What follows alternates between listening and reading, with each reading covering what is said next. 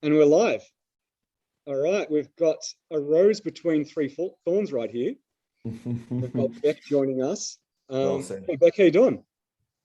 Good. How are you, Mike? Yeah, good.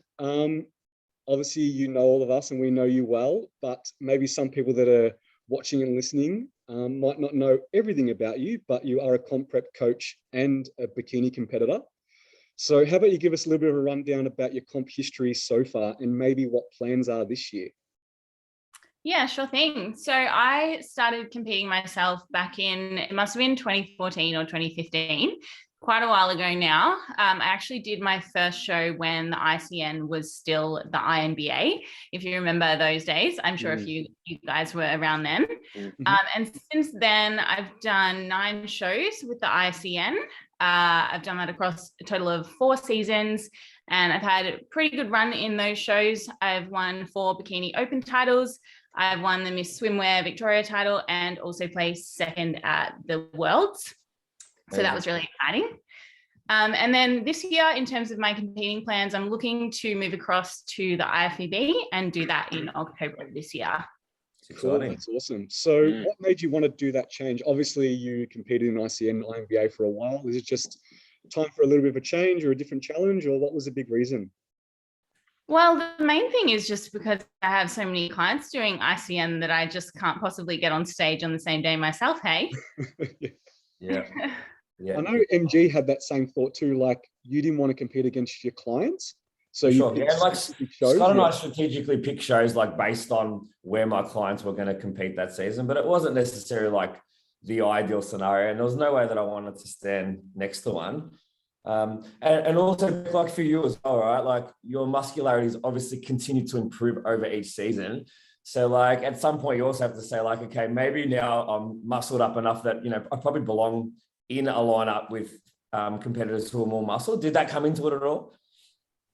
Yeah, definitely. Like I was really keen for a new challenge. I think that's something that really excites me. I love that with the IFBB, you've got like your individual posing routine and the posing's a little bit different to ICN as well. So that's like a bit of a new challenge for me. And yeah, it kind of just puts me as like the bottom of the barrel again. So, you know, I'm starting afresh and it just really ignites that kind of motivation in me to like push harder, grow more, because I know like the sky's the limit with IFBB, as in I can put on more muscle and I wouldn't be marked down for it. So what show are you thinking about doing this year? So I'm thinking about doing the IFBB Queensland state show because the Victorian show is actually on the same day as ICN Victoria. Yeah. So it's going to clash, right? Yeah. So bad timing with that one. I was a little bit disappointed by that announcement, but it is what it is. So is the Queensland show later after the Vics? Yeah, so it's actually after the ICN Nationals in Queensland as well. It's the week after that, 15th of October. Cool. Will you have any more competitors competing past that point, or is everyone kind of finishing off in your team at the Nationals? No, everyone's pretty much finished then. I do have one Queensland competitor that I think will still do a show after that, and also a WBFF competitor. But aside from those two, everyone's pretty much done, which is good as well. I think I can kind of like just focus on myself towards that end section. There's a couple of shows on that same weekend, right, in Queensland? Yeah, there's so many overlaps this season. It's crazy. So it's on that same weekend. There's like IFBB, Queensland, WBFF. Is it NBA Nationals is also then? And I think that's it, right? There's like 3 or 4 shows on the one weekend. Yeah, I think NBA Nationals was scheduled on the same day as the IFBB state show in Queensland. And then I think the WBFF and the IFBB Nationals are on the same day. Wow. Yeah. And are you thinking of going to IFBB Nationals, and where's that? We'll see what happens, but it's in Queensland. Oh, it's in Queensland too. Is it like a week later? 2 weeks later. Okay. So now I know Life Update, I saw you got a place up there. So are you thinking of staying up there for that 2 weeks if potentially you do compete? Yeah, well, that's the convenient thing. Hey, the universe works in mysterious ways. Like it happens to be the state where I have a house. So yeah, awesome. It's convenient. Was that your master plan all along? No, but it worked out pretty well. So I'm happy with that outcome. Yeah, cool. So obviously that's competition. this year, and obviously you've been competing for many, many years, obviously in the ICN and INBA.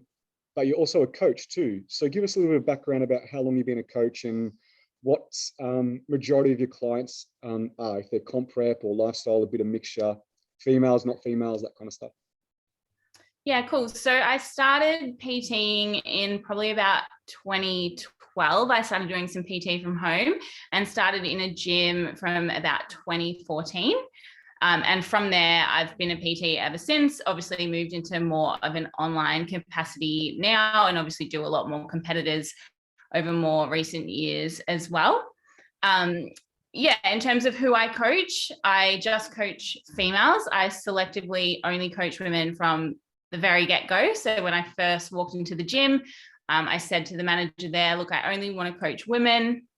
She actually said to me, that's a terrible idea. Like, you're cutting your market so small and you're only just starting. Like, you should open your client base to everyone to start with.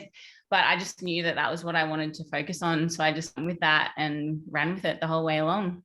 Becky called the manager back and said, who's laughing now, yeah? We're still on good terms. But yeah, it worked out. That's good.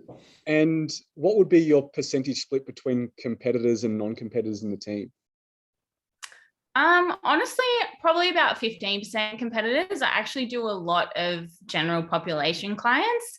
I think people don't realize that so much. And a lot of people think I just coach competitors, because competitors tend to be the people that post on Instagram a lot. You probably have the same kind of thing. Like, I'm sure you work with Gen Pop clients as well. But yeah, competitors are just more active on social media.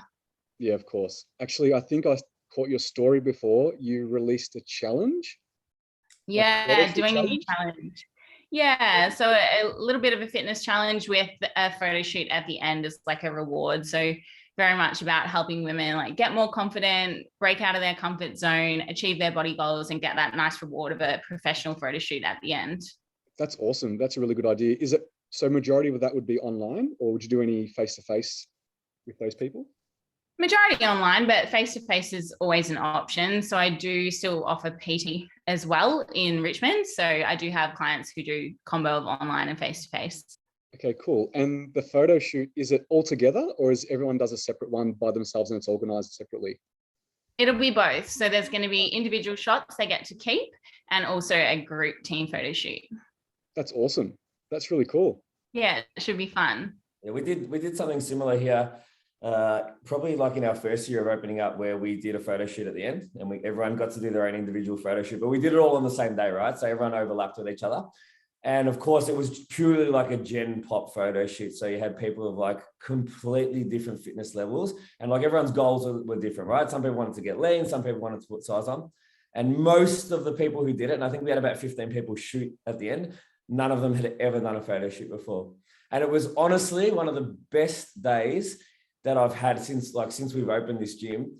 And, you know, like nobody won any awards or anything, but just to see people who like ticked off a goal, whether it be lost 2, 3, 4, 5 kilos, to do a photo shoot at the end, it was pretty special. So it's a freaking awesome idea. Yeah, because you've got all the photos posted up in your gym, right? They're all upstairs, yeah, on the wall. Yeah, it's so cool to see that, because like people that you probably wouldn't expect that would want to do something like that and go out of their comfort zone, and they've done that. That's absolutely awesome. Who have you got shooting it, Bec? I've got a girl called Rachel. I haven't actually worked with her before, but it's studio-based shoot, so she's good with that stuff. That'll be awesome. Cool. I've actually never done a photo shoot, and I've thought about something that maybe leading up to my comps I might do it, but I haven't really locked anything in yet. I know you did, Michael, right? I did on my first comp you and I did like 5-6 years ago. I did one then. I didn't do one this time around. What about you, Scotty? Yeah. No, I was literally just thinking that out. All the preps I've done, I've never ever done a photo shoot. No, it's not. I saw some great shots of you just in jeans, top off. I thought that was. Oh, actually, no. You know what? I did. I lie. I completely forgot about that. Yeah.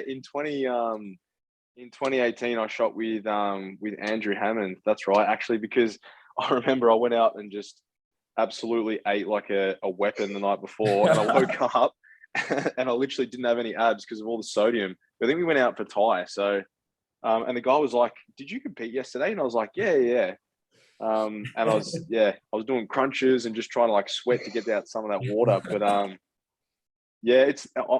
I think it's good to like recap it. I think it would be, if I was going to do another one again, and I think I will when I compete next year, I think it'd be cool to do one in a gym setting, not so much like, in jeans, because that's not really something that would, that doesn't resemble how I am. Like a lot of people prep because they like I guess that you get a lot of pics and you can, flood your social media. But I think some of the coolest shoots that I've seen are people doing it in the gym or with their partners, for example. Like, I reckon that's pretty cool. Yeah, that is cool. I generally like anyone that I prep, if they want to do a shoot, I let them use the gym here. Yeah, that's cool. So, you can get some really good shots with, because we've got the pretty aesthetic background and stuff. So like maybe your next shoot, Scotty, will be here next year, and MT, you can do one here. Yeah, I might have to ask you for a photo. For you too. Yeah, if you're going to go to Queensland, MT, you should hit up Andrew Hammond. He does a lot of the BFF and all those sort of guys, but he's pretty popular up in Queensland. So, and he's pretty good. All right, cool. I'll look into it for sure. I'll tell you guys out. Yeah, he'll love it. Are you thinking of doing a photo shoot this year, Bec, during your comps? Yeah, I probably will do another individual one as well, I'd say. Like, obviously the group one, we'll get some individual shots there, but I do like doing them. They're so good for memories and, just capturing yourself in your best condition. Yeah, for sure. Mm-hmm. All right, so we got some questions. The first one we kind of covered was why Bec and myself majority coach females only, and what's the specific reason. So you said that what your reason was, Bec. For me, I kind of just fell into it. Like, I started coaching a female, then more came and it snowballed. It wasn't a choice that I just wanted to be females only. And then I just specialized in it. And then once one comes, more come, and then you just get known to be that person that coaches females specifically. Other than Michael, I coach Michael for stage, and I do have one guy this year who's a husband of a client, and they're doing all the same shows together. And he's the first time he's going to be doing physique, and he's in his 40s. So that's pretty cool. But one thing that you said to me the other day, Scotty, was, after your comp, you might get some guys hit you up because they might see, that you did a comp and, you're a mate, Mm-hmm. Classic physique, whatever it may be. And he said, would you take on guys? And I would, definitely I would. It's just, if they want to hit me up, I don't know where it's going to go, but. I reckon you'll be surprised, man, because I think when people, like, let's say you do classic and you just wipe the floor with everyone and you've just got, walnuts for glutes, everyone's going to be like, that Michael Trimboli guy, he's the guy that just had, a rib cage for an ass when he did his rear double bicep.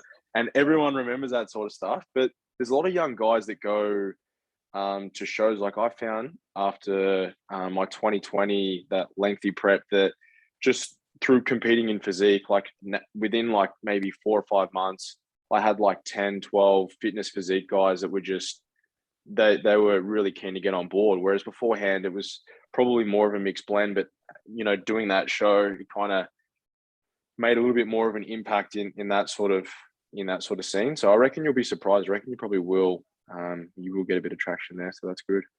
Is that what happens? Do you get any mail inquiry back at all? Like, yeah, I do. I actually do work with a few men, mainly same as Mike just said, like partners of clients or like good friends that I've known for years.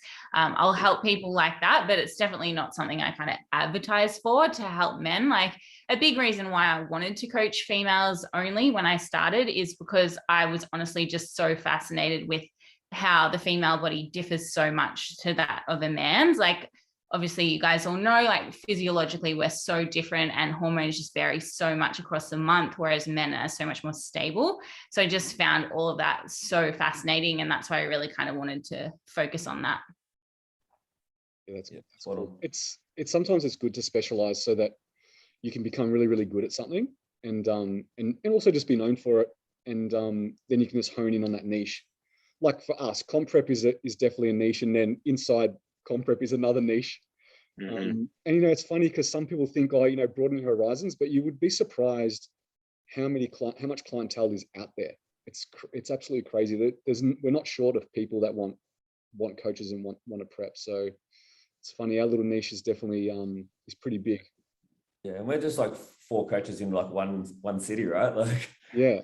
So actually on that, because I was thinking about this when you were going to have Bec come on, is you don't see so many female comp prep coaches. Now, maybe because I don't know all of them, but even just going to a show and backstage, you don't see many female comp prep coaches. I don't know, Bec, do you know why that would be? Do you know why women don't want to get into it as much? Or maybe I'm wrong. Maybe there is. I just never seen them. No, I think you're right. I definitely think it's a very male-dominated industry, comp prep coaching. I'm not sure why. Maybe the tenure for females in the sport is not as long, because obviously it is a little bit more taxing on our bodies getting to that level of conditioning. So maybe for that reason, people like lose their passion for it and don't kind of stay around the sport as long. I don't know. That's the only thing I can kind of like hypothesize, I guess.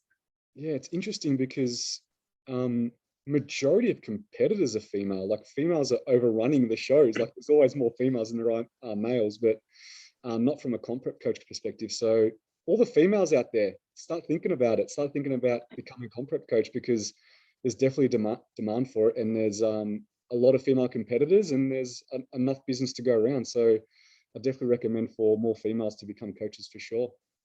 And Bec's living proof that not only can you do it, but you can do it very, very well and make a name for yourself. So yeah, 100%.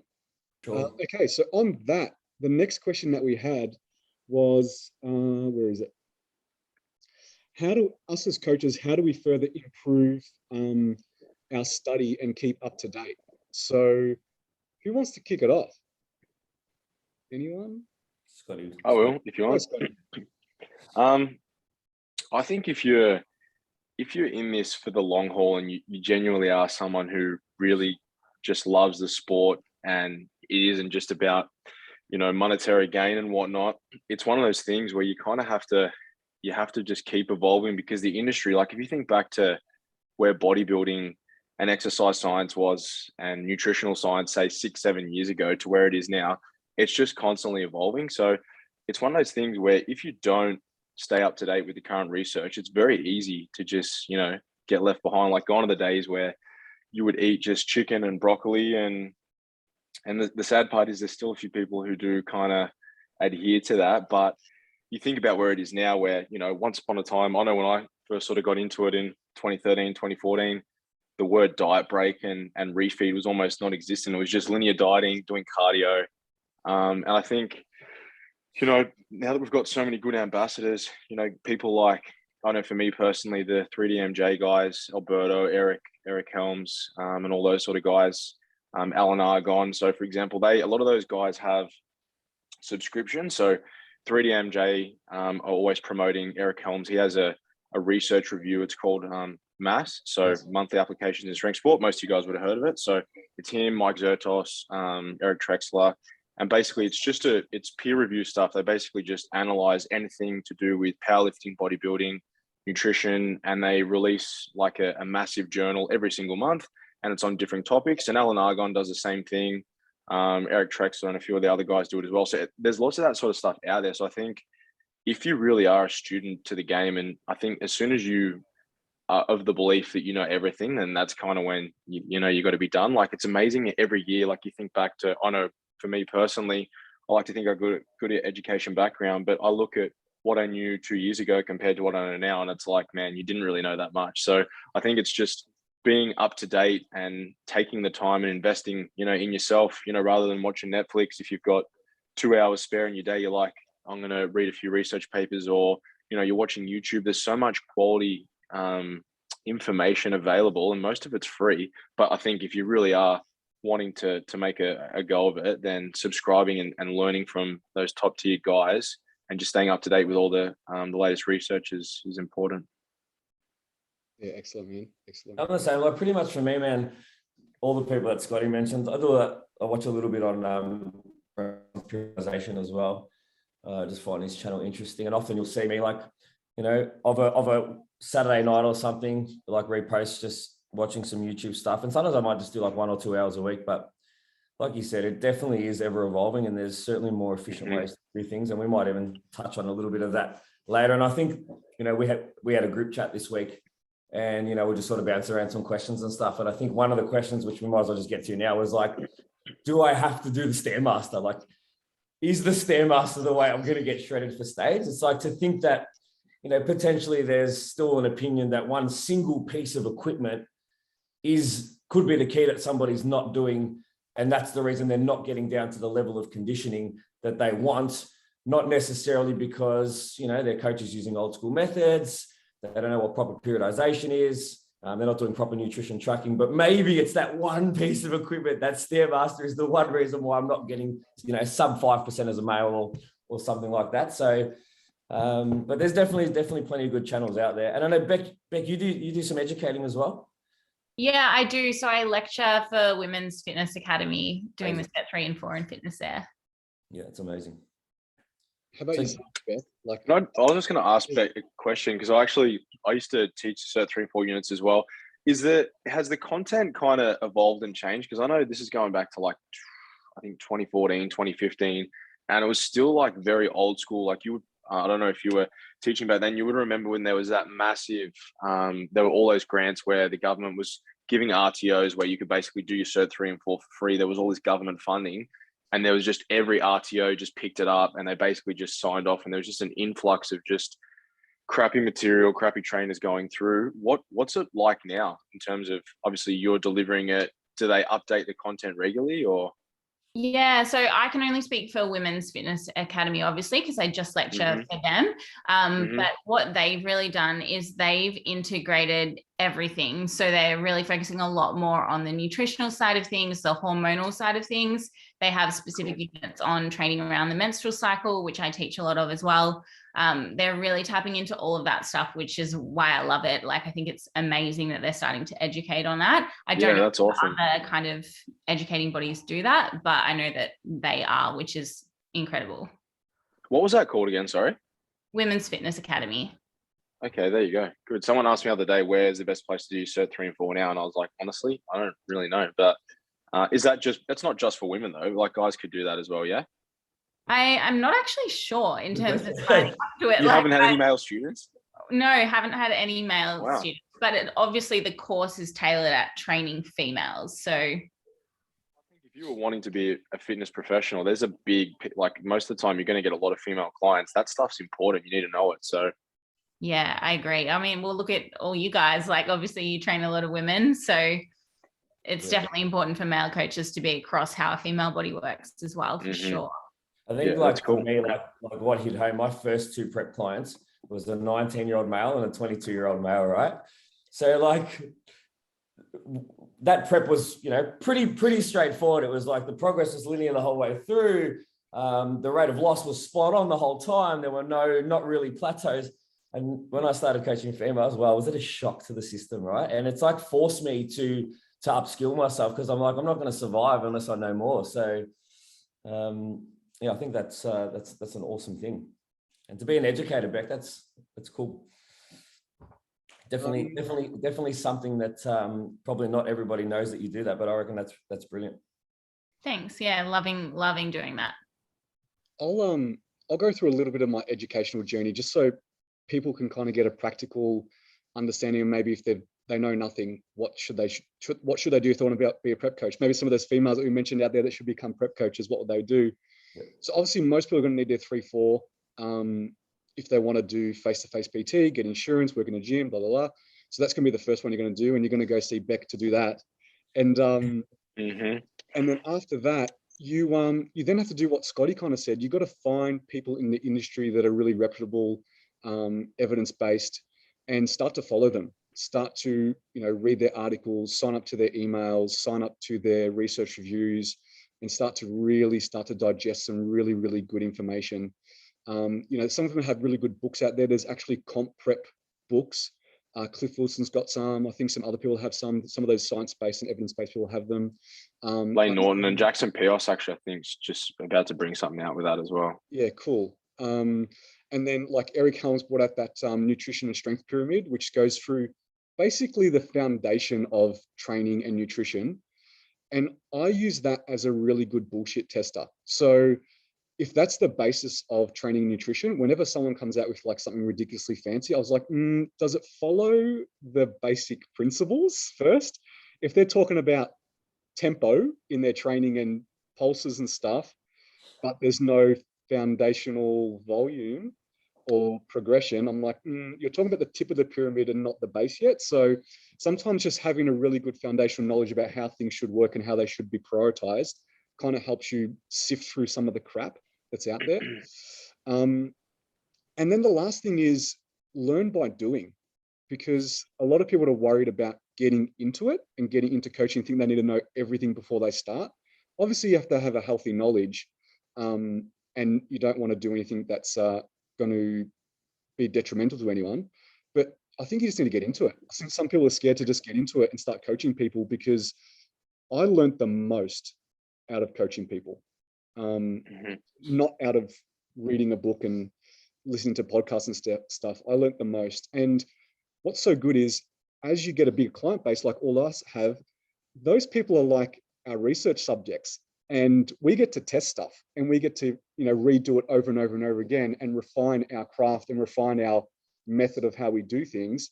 And then we can create what we know works, because we've done it so many times with so many different people and had so much success. So I think there's a big thing about get your knowledge up, but then just start getting into it. And like what Scotty said and what Michael said, if you're really a student of the game and you really want to learn, you spend all your spare time doing that. Like for me, I never switch the TV on. I've always got a podcast on, which is to do with, training and nutrition and listening to people talk. So when I'm meal prepping, I got it on. When I'm going for walks, I've got it on. So it just really depends on how much you want to absorb, and how much time you have and how much you want to learn. But I think the biggest takeaway is get a good knowledge base and then just start doing and start practicing. Yeah, and I think the big one, like you said, just follow industry leaders that are respected. Generally, they're going to put out good content, and like some of the best things that you may pick up will be from those types of people. So like, if you're not sure who they are, reach out to one of us and we'll point you in the right direction. But just start, like you said, man, I reckon. Now, another question that came up, and Bec, you covered it really, really quick, was in the course was about training or modifying your training and nutrition around your menstrual cycle, and something that you cover in the course. And that was a question we have, like, what would you change? Would you do deloads? Would you change your nutrition? Would you change your calories around that time when females are going through their cycle? So I might get you to kick that one off. Yeah, for sure. So I guess the thing about training around the menstrual cycle is, for me, it doesn't necessarily dictate what you have to do with a client, but I think what it should do is it should help you to guide the client on why their performance might be changing throughout the month, or why their nutritional needs and cravings and hunger might be changing throughout the month, or just their general mood or ability to sleep properly. Because women tend to get into this little bit of a hole, PMS, which I'm sure we've all seen with our clients, where they'll feel really weak in the gym, they're not sleeping properly, hunger is elevated, their cravings are through the roof, and overall body image is low because they're holding fluid as well. So that women tend to hit a bit of a slump around that time and really kind of struggle with that. And I think as a coach, it's really important to be able to say to a client, like, hey, look at this objectively, look where you are in the month. This is why you're feeling this way. This feeling is temporary. It's going to pass. Do you need to deload and take your weights down? Maybe. I would say listen to your body. And if you're not feeling like you can perform on the day, it's okay to go lighter. Focus on mind-muscle connection and tempo instead. You don't have to take a deload. Some months you might feel completely fine the whole way through. But others you might feel like you need to back off a little bit. So I think for those reasons, see how you feel each month rather than specifically deloading. But also it can be a good time to do a diet break if someone's really struggling psychologically. Again, it doesn't have to be done every month, but it's a tool that could really help to kind of get a client through that tough patch, I suppose.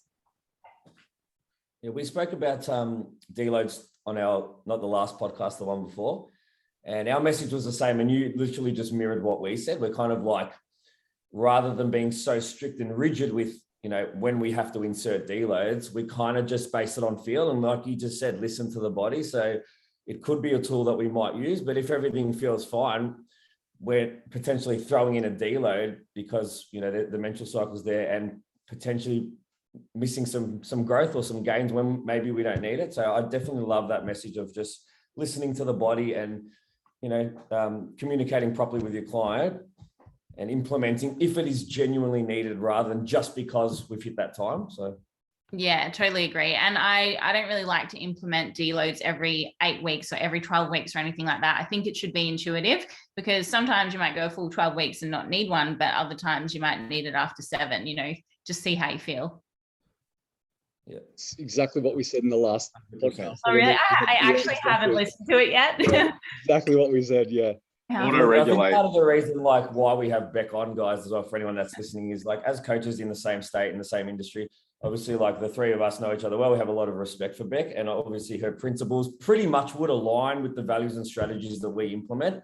So that, yeah, the fact that Bec's on tonight probably shouldn't be a surprise to anyone, because yeah, there's definitely a high level of respect between everyone on screen. Yeah, it's mutual with you guys too. I think the biggest takeaway that Bec said when answering that question was, you got to be coached through it, because we can't, you know, there's no specific answer to the question. It's more like you've got to be coached through that time of the month, and they've got to be aware of the symptoms and what can happen during that time, you know, weight gain, hunger, strength going down and stuff like that. So it's probably about educating the client of what to expect. And then, you know, based on how they're handling the situation, whether you need to make an adjustment or not. So there's no hard and fast rule, but I will tell you something super funny, because it happened to me today 3 times with 3 separate clients. One client said to me, "Oh, my weight's like really, really high. What do I do?" instead of crying face. And I said, "Oh, have you done this?" This ticked everything off. I said, "Oh, is it your time of the month?" "Oh, yeah, I'm due tomorrow." Okay, probably why your weight's up. Another one was, I was having a chat to another one, and she's like, "Oh, I'm just not seeing the progress, and I've been really emotional." I was like, "Oh, let's just jump on the phone." "No, I'm going to cry if I jump on the phone." I was like, "It's all good. We'll just jump on the phone. It's all good." And then after talking to her and talking through it, I was like, it could be a lot of different things, you know, like, is your cycle coming up? "Oh, it's due in 2 days. This could explain some things." So I think it's, you know, make sure, try to educate clients and also ask that question. They should be tracking it anyways, and you should be aware of it. And obviously in check-ins, it's something that I do ask for, but sometimes it slips their mind of the reasons why they're hungry, tired, bloated, got and their weight gain's gone up, and they're a little bit more emotional than normal. And Bec, from your experience, like how like early pre-cycle do you typically start to see signs? Like, could it be 3, 4, 5 days out, or is it generally within the, like, you know, the day before or 2 days before?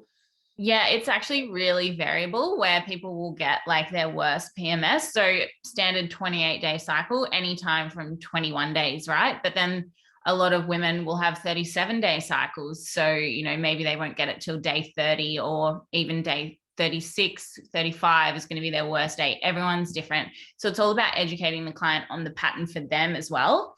Even sometimes around ovulation, certain women can experience fluid retention as well. So what I tend to say to certain clients is, you know, if I notice that their weight goes up around ovulation, when we get to that point again, I'll be like, "Hey, remember last month how your weight went up around ovulation as well? Maybe this is a pattern for you, and maybe we just need to be okay with that." Yeah, well said. Not a question that came up, but while we're talking about it, let's throw a curveball in it. Has anyone had a client that's had their cycle on show day? I actually got my cycle on my last ICN show on the day. That was great fun. And how did you handle it? Did you have to compensate in any way, change the plan, the strategy? Did your coach tell you to do something different? So I just started holding some fluid around my midsection, pretty standard. I just tried to up fluid intake to make sure that I didn't get any sort of bounce back and like holding extra fluid if I tried to deplete it. So just kept fluid up, tried to flush it out. That was basically it. There's not much you can do. It is kind of out of your control, but I think, you know, making sure you're in condition enough so that if you do have a little bit of fluid on your midsection as a female, it's not a huge deal, especially for bikini. But it can throw you off, and, you know, it just is what it is. Unfortunately, we can't really control it. Yeah, I think one of the things Bec said there, which I'm sure Scotty loved, that is just make sure you're in fucking condition. Because if you're in condition, because we know Scotty fucking loves it. If you're in condition, shouldn't make too much of a difference, right? Yeah, I've actually had that to a bikini girl before as well. And one of the things, because it was the first time that it happened to me, and I was like, okay, so, and then straight away I was like, well, how do you normally react on day one when you get your cycle? And I'm like, firstly, you feel like you're really sensitive to taking on carbohydrate. Like you just feel like you're spilling straight away. So our whole protocol, not that there's really anything that's too drastic on show day. It's more just about like, if you're hungry, you know, we just sort of snack on light sort of foods, but we just sort of kept it really, really light. Didn't take on a lot of food. And to be honest, she did really well. She actually took the overall. And it didn't really, like, I don't think you could really tell. I'm sure internally she probably felt a little bit of discomfort, because I can imagine, you know, you would have. It's probably the last thing that you want on show day. But then on another side, like, you know, at least you could argue as well, man, I've really gone about this in a really healthy way. Like I'm healthy. I haven't lost my cycle. Obviously you'd probably rather get it the next day so that you're not having to deal with that stress on the day. But I think that's it. It's just, and just not getting too stressed out, because I think everyone can probably agree that one of the biggest things that you can do wrong within 48 hours of your show is stress yourself out unnecessarily. Like the body, especially if you are in really good conditioning, like cortisol plays such a large role in the way that we hold water. We know that there's a strong correlation between that and mineral corticoids. So it's like we need to really try and keep as calm and composed as we are. And if you're like stressing over that, then the likelihood is that you're only going to make it worse. So I think just trying to, and just, even though internally I was probably a bit like, all right, what are we going to do? What are we going to do? Thinking and just trying to make sure everything was on point. But she would have had no idea that was my thought process originally, because they, as you know, like your athletes feed off your energy. So if you're composed and you're calm and you're relaxed, then normally that sort of, you know, flows through them as well, and they go about it a bit better. I'm thinking about how many times, Scotty, you told me to sit down on show day. What are you walking around for? Sit down, stop moving. Yeah. Feet up, conserve your energy, stop. Yeah. And you know what, man?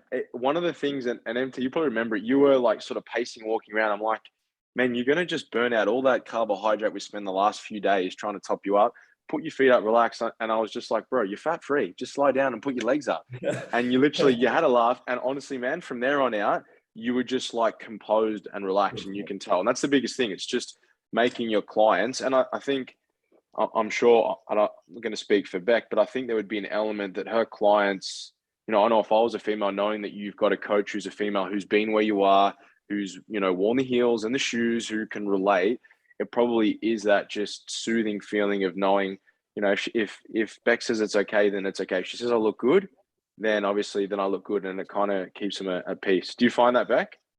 Yeah, definitely. That's actually the feedback I get a lot from clients, like backstage, is that I have a very calming presence, which is nice. Like that's what you want as a coach, I guess, to just keep your clients, especially in a first time show, you know, nerves are high, adrenaline's high. You want to be able to keep them cool, calm, and collected as best you can.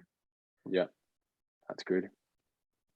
Yeah, just on the cycles, like I've only had a couple of clients that have had that, and that's the only time that I would probably back off the carbs a little bit, and actually probably back off the sodium a little bit too, just on the day, and that's about it. And just, as I said, there's nothing you can do. Just as long as they're in condition, then you're good to go. But that's the only kind of little adjustments I'd make over someone that didn't have their cycle for the day. All right, now you spoke, Michael, about stairmaster. Yeah, you brought it up, so let's bring up that question. I'm going to read it out. Is a stairmaster necessary for prep, and why not? When do we give someone the stairmaster as cardio and not someone else? I know why we got asked this question. You do? Yeah. Okay, so tackle it, Bec, tackle it. Yeah, this is my doing, because on my story the other day, I did a Q&A box and people asked me what my favorite cardio is on comp prep. And I said, I like the elliptical or the bike, and definitely not the stairmaster. Okay. Yeah, so controversial opinion as a bikini girl, but I actually don't like using the stairmaster because I feel like it uses way too much leg energy, and I would rather put that into weight training. So I have used it before in a prep, but I just felt like it took away from my performance in the gym doing my leg workouts. So I actually prefer to do lower impact stuff like a cross trainer or a bike, which I find is less taxing. But I don't have a hard rule around that. Like if a client loves a stairmaster, that's fine. But that's just personally my preference. I don't know. What do you guys think? I agree with you 110%. I never like prescribe it as the only way forward. I think it's very taxing on the legs. I do have a couple of clients who use it and they use it because they love it. They don't want to use the elliptical. They don't want to use a bike. Typically, I'll opt for like a stationary bike. Mine personally, I prefer the cross trainer. It's just another way to expend some energy, I suppose. But like I think Scotty spoke about it 2 weeks ago. It's like, what's the trade-off, right? Is 40 minutes on the stairmaster going to, when you get to your leg press the next day, is it going to affect your ability to progressively overload? Then it's potentially not the right piece of equipment to use. If it's not affecting training performance, you love it, it puts you in a good headspace, you like to watch your Netflix on it, use it. Is it going to get you any better results than anything else? No. No, you can essentially just pick your poison. I'm like with you guys, I've got a few of my clients, and granted, they're all females that like to do stairs. Like if I'm ever going to prescribe cardio, it's usually going to be the bike, but I'll normally give them an option. Would you prefer the cross trainer or would you prefer the bike? And I like the bike more so just, and this is probably coming from a strength conditioning background, but it's probably more, I just find that from a recovery aspect, let's say that you've got really sore legs, the advantage of a bike, every revolution, there's no eccentric loading coming back at you. So obviously every revolution, there's a concentric phase, but there's no eccentric. So you're just going round and round. So it's low impact, it's body friendly. And if you've got really sore legs, it's a good way to put some blood into the area.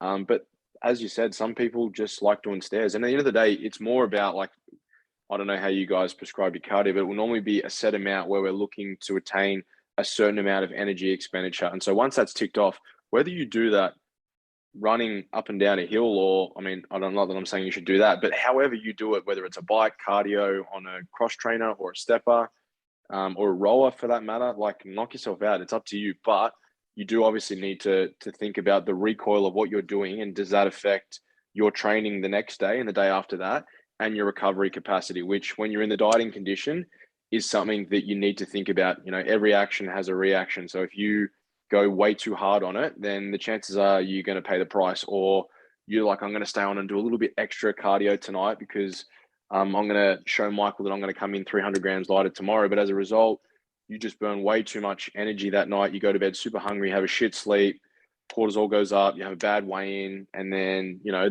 it's a flow-on effect. So I think do whatever you want to do, but most of the time, just listen to whatever your coach says. There was someone out there listening who was like, damn it, I wanted them to say the Stairmaster will get you killed. Do you know I've never actually been on a Stairmaster? Neither have I. I promise I've never either. I wouldn't even know how to turn one on, man. I've seen them at the gym. They look really cool, but I'm like, fuck, I could think of nothing worse in the dieting state than to walk upstairs. Yeah. I've got stairs in my house, and when I carry kids up there, I'm like, man, think about doing this like for an hour. If you are doing that for cardio, I wouldn't last. No. Yeah, I totally agree with you guys. Everything that you guys said. I think cardio has to be, you have to pick one that's going to be most sustainably enjoyable for that client. As I said, like I would hate the Stairmaster. Like all my cardio is done outside. I want to walk around. I want to walk around and breathe in the fresh air, but that's just me. So you got to do what you enjoy, because cardio sucks. So you got to do what you enjoy, make the most of it. Okay. We had another question. It's really basic, but I think we can delve into it. It says best tips for the last few weeks of prep. So I guess I'd like to tackle this in a way of what would you normally do with a client in the last couple of weeks, and how would you manage their expectations and maybe manage their stress levels, like what you said, Scotty, and things like that. So what are kind of the things that you should really be telling your client in that last couple of weeks of prep? I'd love to get everyone's thoughts on like social media usage in the last few weeks as well. Like who's seen social media comparisons, following other competitors, following posing coaches who are reposting stories? Has anyone seen that like really ruin a client's mindset or you know, self-assessment of where they're at? Yeah, I've had clients just a couple recently told me, said, oh, I've just unfollowed or just hidden or, you know, hide people's stories or whatever they do on Instagram. Because I don't want to see it anymore. And I'm like, cool, whatever's mentally going to help you get through the prep. If you've got to not look at people's stuff, then that's all good. But yeah, how about yourself, Bec? Yeah, I mean, I think that's really good advice to people, is just really stay in your own lane and focus on you and try and block out all that noise, whether that means staying off Instagram or muting certain people's stories if you find it triggering for you. Like if you're comparing yourself, then do that to just keep your headspace really strong, because we do tend to have a lot of self-doubt in the last few weeks of prep. You know, we never look the way we look on stage until we're on stage, right? So people tend to get in their heads and think, I'm not going to be ready, like I'm not going to look good enough, because they won't until they're on stage, and then they'll be ready. So it is about managing that headspace. But I'd also say just stuff like positive affirmations as well, or positive visualizations. I think that can be really, really powerful to keep a headspace strong. And then obviously the basics like maximizing recovery and getting enough sleep, and just, yeah, really trying to make sure you're looking after yourself and keeping stress levels to a minimum, because that can play a role in how your body looks too. Yeah, agreed. And I suppose like a lot of it comes down to us, right, as coaches. Like depends on how we manage your prep. If we did the right thing by you at the start, you know, we allowed enough time along the way for you to get in condition. We're not having to do anything drastic. Hopefully the last few weeks, you know, you can be in a position where your conditioning's there and potentially, you know, you're able to bridge the gap, you know, of the calorie deficit and maybe start to feed into the show. And everyone's different, and that's a perfect scenario. It's not going to happen all the time.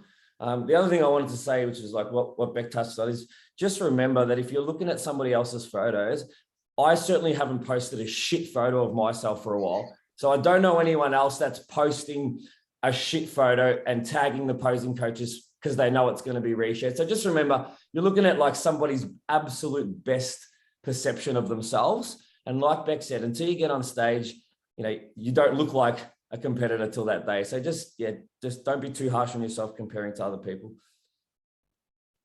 I think as well, you need to just remember that at the end of the day, there's nothing that you can do. If someone looks better than you, like, you can wish that they don't all you want, but it's not going to change anything. So for me, I think, and that's kind of how I explain it to my athletes, I definitely don't go looking at other people's for myself when I compete, because at the end of the day, that's not in my control. So I'm a big believer that I think, as Bec said, you got to stay in your own lane. And I think if you look after your own variables, and if you do the work and you know that there's nothing that you could have done more, and that you've left no stone unturned, and that you literally have given everything that you have, then you have to be at peace with that, because there's physically nothing else that you can do. The rest is out of your hands.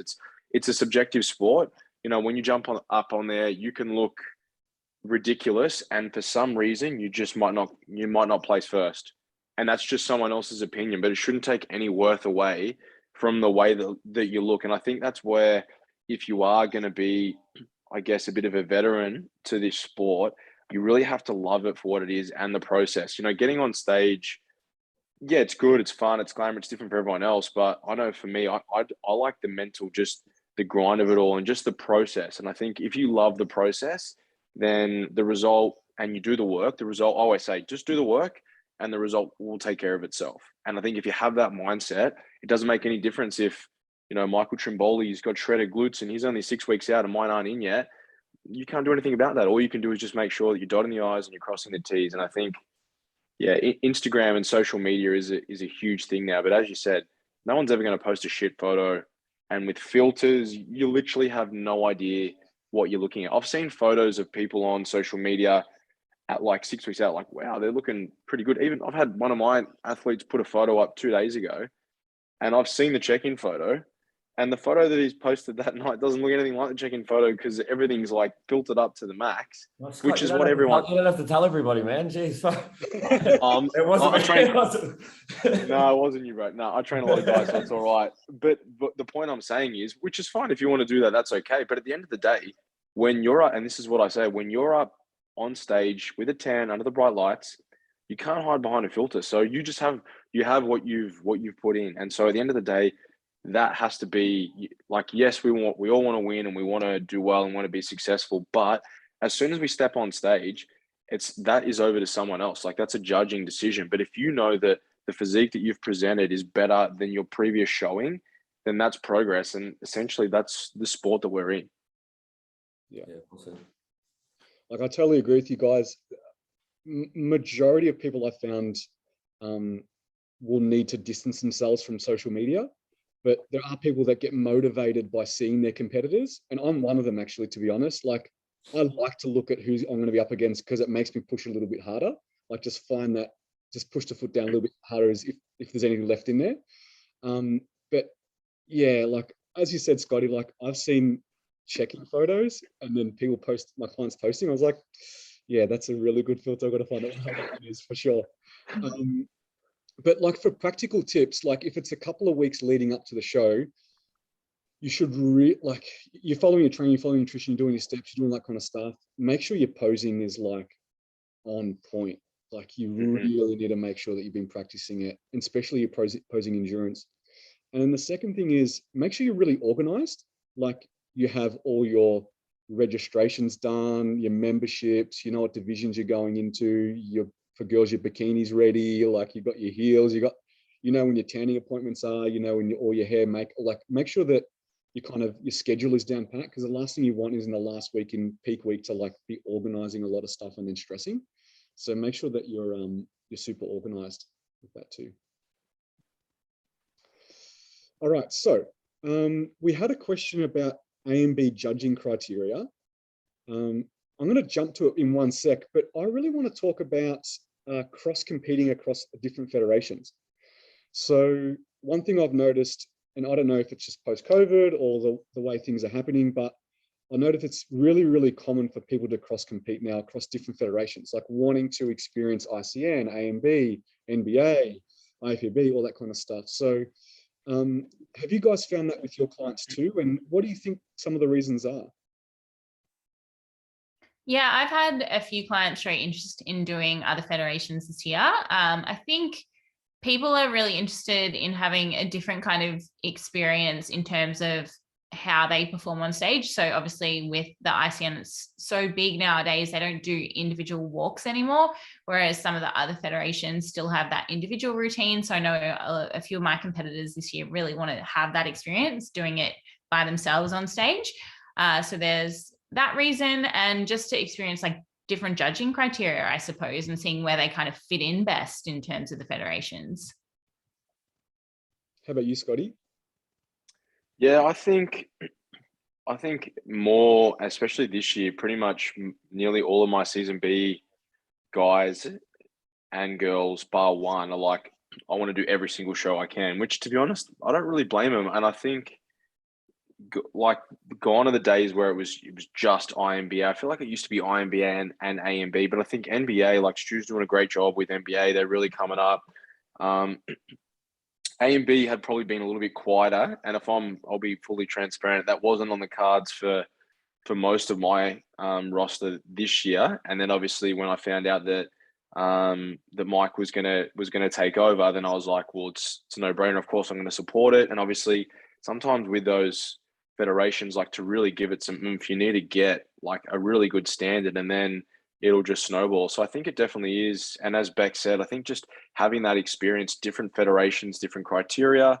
ICN is a lot bigger, but sometimes your stage time might not be as individualized, where, like, I know NBA, you get the walkout and it's a little bit more sort of the lights are on you for that individual posing. Whereas with ICN, you only really get that when you do a pro show. And so I think if you can experience that, and if your goal is to get a pro card one day, then I think you need stage time. So doing other shows, I don't see any problem with it. I think it's good. And I'm really interested to see how you go back this year with your first IFBB experience. So yeah, it'll be interesting. Are you nervous or excited, having moved from obviously like ICN to IFBB, and also obviously you are a natural athlete, but knowing that obviously potentially some others aren't, but also it's just, it's new, it's different. Like, you've been on this side of the fence for so long, and now you're sort of moving over, which is cool. Yeah, I'm nervous and excited, but I feel that way about every prep, really, even when I was competing with the ICN, which I knew and was really comfortable with. But I'm just always one to kind of like look for the next challenge. So yeah, I'm really looking forward to it. That's cool. With cross competing, like, I totally agree with all you guys. It's different experiences for your clients, different judges, going up against different competitors too. Is something that people are really, really looking for. And I think it just allows them to see where they fit best and also what they like, because they get to try different federations, different stages, because they're all at different venues, and they get to really see what they vibe with and what they like, and then maybe in future pursue only one federation or continue to pursue all 3, 4, or however many they want. So I think it's a good thing. I think it only makes all the federations in a way try to level up, so that they can have the biggest and the best shows and the best competitors. And I think it's good for the coaches too. I think it's good for the coaches to also expand and also learn about different federations and learn about different divisions and things like that too. I think it's only a positive, and I can't really see any negatives with it, to be honest. Yeah, I agree. Yeah, I mean, like, think from my standpoint, like, I know I've had this chat with you guys about like how I landed, running the INBA shows is I went to the show. It was such a damn good show that I reached out and said, guys, that was freaking awesome. Like, you did this, and this, great. And that's how it sort of steamrolled from there. And now obviously we're in the position we're in. So had I not have gone to that show, then, I wouldn't be doing that role as promoter. So, and, even me as a coach, running the INBA shows in Victoria, I'm going to be at all 3 shows. I've got competitors who are going to do ICN and NBA. Nothing's going to change there. So I think cross competing is just something that, we probably all need to get used to. And like Scotty said, I welcome it. And I think it's exciting for the athlete. Like, I did a few different feds in my last season, and it made a better experience. My first show, I was a little bit nervous. Second show, I got way better. So it also gives you a chance, to prep for 24, 28, 30 weeks and not just do it once, and the opportunity to get better across, potentially from show 1 to show 2 or 3, you might have a 4 or 6 week break. And if anything, your conditioning is going to be better, your nerves are going to be better, and your performance on stage, in theory, should also be better. So, do you want to quickly cover judging for INBA? Because the question was about the judging criteria. Yes, I think the one thing that I can say about INBA, just from having obviously been to shows and, the role that I've taken on now, and obviously being in touch with the director and all the judges, the thing about INBA judging is we have the same panel of judges for the whole country, right? So what we do is every show, we fly all the judges around to each state. So the judging is the same, right? We want a very uniform system that rolls out across the whole country, and that rolls through standardized, yeah. Standardized, right? The judging's the same. We want the posing to be the same, and it goes all the way through from like the backdrop's the same, the entrance are the same, the DJ's the same, the MC's the same, right? So this all costs money, but we invest a little bit to make sure that you know what you're going to get with INBA in terms of specific criteria. And I think the question was bikini related. I would say like we definitely like a little bit of a harder look, and we definitely reward muscularity, right? Because at the end of the day, the motto is sort of, it is a muscle contest. So like a little bit of a harder look, like we reward lats, we reward some capping on the delts, and obviously like some good muscularity through the glutes. So you get an eye walk opportunity as a competitor with INBA. So my advice would be like, think about where you can best show off each of those things, being your glutes, your lats, and your delts, and hit something in each of those 3 positions that are going to show judges all of those 3 things. That would be like my best advice. And that really flows through to every division, right? We could go through each division individually, but like, think about your strong points. If it's an X frame for a male division, like how can you hit that in each of those three marks on the ground? Because at the end of the day, you're going to end up in your comparison round. So you really got to use that eye walk as your opportunity to shine. And the fact that athletes get the chance to do their individual performance, it's your chance to show off your strong points and potentially hide some of the points. And this is something that Scotty said to me early on. He's like, where are the poses where you're vulnerable as an athlete? Like, do you have a weak side? Do you have a better side? So if you're vulnerable, and I use that a lot, Scotty, if you're vulnerable in a certain pose, keep that out of your eye walk and show off the things that are going to put you in the front of the judge's mind. So I think the eye walk's a good thing.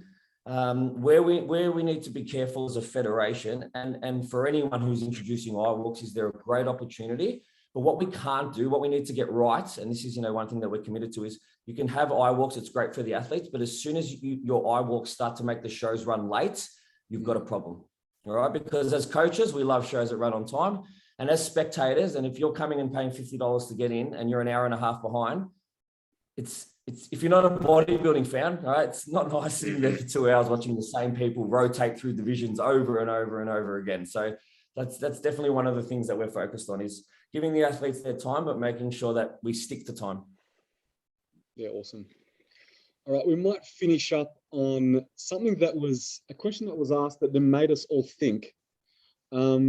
Was, will we ever do a seminar, us four, together? And also, are we ever going to do a training video together? So who's for it? I'm in. I'm in. You're in?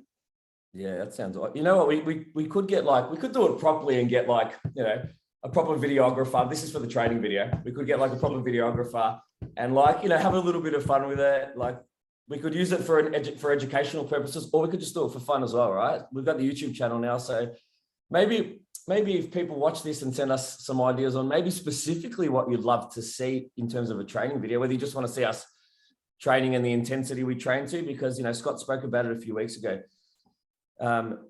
People think they're training hard, and sometimes, you know, we might have a session with them or a face-to-face, and Bec, I'm sure you see it too, and you're like, your rating of yourself of, you know, potentially how much you thought you had in the tank is not necessarily at a level of intensity that's going to get you progression. So maybe we could cover off like what training intensity is, but yeah, I'd be keen to see what specifically people would like to see us do in the gym.